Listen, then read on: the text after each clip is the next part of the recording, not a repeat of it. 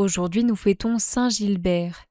Il est né vers 1083 à Sempringham, en Angleterre, dans une famille aisée. Son père est un chevalier normand. Saint Gilbert est un enfant fragile et difforme. Il n'est donc pas apte à devenir chevalier comme son père le voudrait. Il est envoyé en France pour ses études, où il reçoit une solide formation intellectuelle et religieuse. Il passe plusieurs années en France où il étudie et il enseigne quelque temps.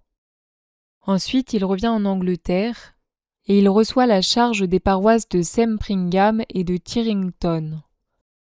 Il entre au service de l'évêque de Lincoln, dont il devient secrétaire. À la mort de son évêque, son successeur conserve Gilbert auprès de lui pendant 8 ans et lui accorde toute sa confiance.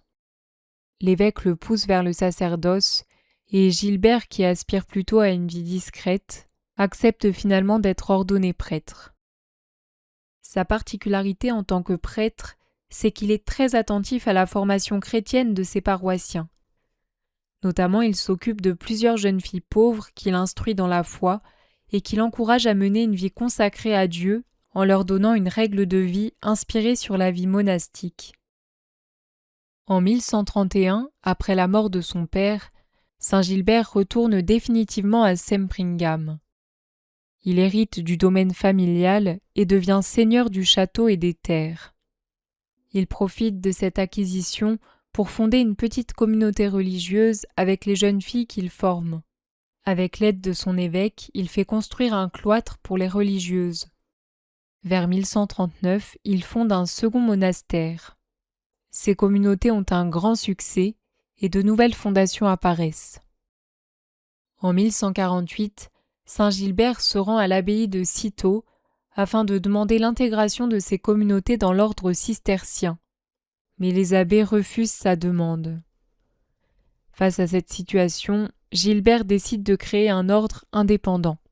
Il crée donc son propre ordre, qui s'appelle aujourd'hui l'Ordre de Saint Gilbert. Comme beaucoup de saints fondateurs, Saint Gilbert n'échappe pas aux persécutions et aux oppositions. En 1165, alors que le conflit oppose le roi Henri II à Thomas Becket, Saint Gilbert manifeste son soutien à l'archevêque. Sa prise de position lui attire la colère du pouvoir royal et il est arrêté et emprisonné. Une sentence d'exil est même envisagée contre lui. Finalement, le roi lui accorde sa grâce et Saint Gilbert retrouve sa liberté.